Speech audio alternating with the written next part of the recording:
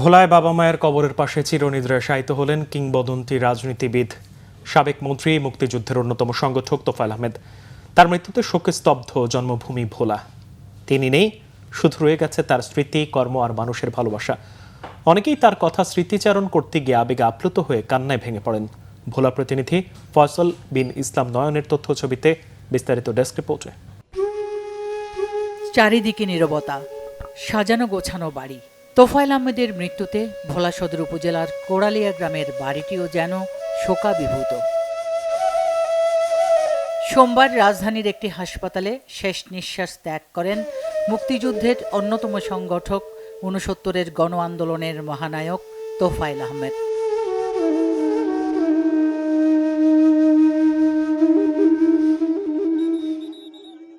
মঙ্গলবার দুপুর ১টার দিকে কড়া নিরাপত্তায় হেলিকপ্টার যোগে ভোলায় পৌঁছে তার মরদেহ।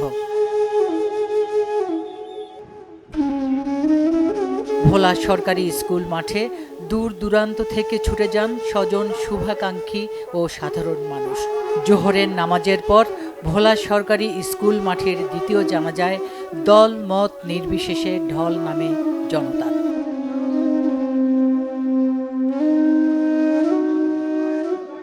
শুধু ভোলা নয়, সারা দেশের মানুষের কাছেই চিরস্মরণীয় হয়ে থাকবেন তোফায়েল আহমেদ, মনে করে শোকাহত জনতা। তিনি এই ভোলা থেকে ৯বার এমপি নির্বাচিত হয়েছেন। তিনি বিভিন্ন সময় মন্ত্রী ছিলেন। সর্বোপরি তিনি এই বাংলাদেশের স্বাধীনতা স্বাধিকার আন্দোলনে যে অগ্রণী ভূমিকা পালন করেছেন, সেই কারণেই আজকে আসলে আমরা যে দেশ পেয়েছি, এই দেশের পিছনে তার অবদান অনস্বীকার্য। আজকে আমরা একজন জননেতা হারিয়েছি, আমরা আমাদের অভিভাবক হারিয়েছি। এই শূন্যতা, তোফায়েল ভাইয়ের শূন্যতা শুধু ভোলা নয়, বাংলাদেশের রাজনীতিতে একজন মহাতারকার চেয়ে আজকে চলে গেলেন। এই শূন্যতা কখনই পূর্ণ হবে না। আমরা হারিয়েছি ভোলাবাসী আমাদের অভিভাবককে, দেশ হারিয়েছে একজন জাতীয় নেতাকে। উনি শুধু জাতীয় নেতা নন এবং ভোলার নেতা নন, উনি এ দেশের স্বাধীনতার জন্য অনেক কিছু করেছেন। এর আগে বীর মুক্তিযোদ্ধা তোফায়েল আহমেদকে রাষ্ট্রীয় মর্যাদায় গার্ড অব অনার দেওয়া হয়। জানাজা শেষে মরহুমের মরদেহ সদর উপজেলার দক্ষিণ দিঘলদি ইউনিয়নের কোড়ালিয়া গ্রামে নিয়ে যাওয়া হয়। গ্রামের বাড়িতে ভিড় করে সাধারণ মানুষ, কান্নায় ভেঙে পড়েন অনেকে। তোফায়েল আহমেদ একটি নাম, একটি প্রতিষ্ঠানের নাম, যিনি বাংলাদেশের প্রতিটি উপজেলায়, প্রতিটি জেলায়, প্রতিটি ঘরে যার স্মৃতি আছে। আমরা ভোলা জেলা, চরপেশন, লালমোহন, বরনদী এবং ভোলা জেলা, আমরা সকল আওয়ামী লীগ পরিবার আজকে শোকাহত। আমরা আজকে মনে হয় এতিম হয়ে গেছি।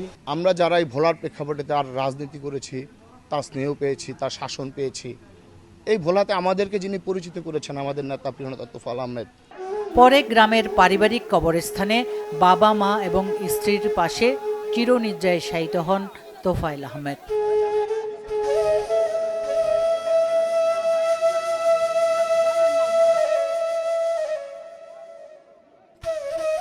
ইতিহাস সৃষ্টিকারী নেতার প্রতি ভালোবাসা জানানোর ক্ষেত্রে ইতিহাস গড়লেন সবসময়, যার চিন্তা চেতনায় ছিল যেই ভোলা, সেই দ্বীপ জেলার জনগণ। Bangla vision news desk.